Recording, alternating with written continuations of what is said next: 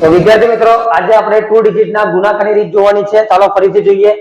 પાછળ જે આપ્યું છે એનો ગુણાકાર કરવાનો 6 અને 2 એટલે કે 6 દુ થશે 12 થશે। આ બાજુ 5 અને 3 એટલે 5 તારીખ થશે અહીંયા આગળ 15।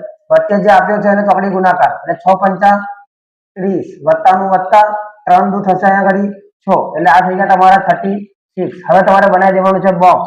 અહીંયા આગળ છેલ્લો અક્ષર 2 છે લખી નાખવાનો 2 આ એક આગળ જશે એટલે 36 અને કેટલા થશે 37। 37 માં 7 અને જે આગળનો અક્ષર છે 3 એને આપણે લઈ જવાનો આગળ બરાબર છે એટલે 15 અને 3 37 નો 7 આગળ જતો રહ્યો 15 અને 3 થશે 18।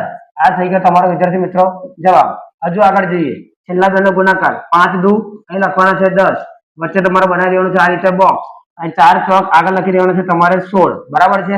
આગળ 4 પંચા 20 થશે વત્તા 4 દુ 8 થશે। હવે તમારે બોક્સ બનાવી દેવાનું છે ફરીથી બરાબર છે 0 લખી દેવાનો છે આગળ 20 અને 8 છે 28 આ એક જશે આગળ એટલે 28 કેટલા થશે 29।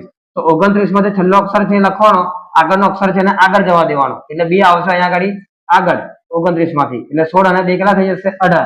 તો આ થઈ ગયો વિદ્યાર્થી મિત્રો તમારો જવાબ।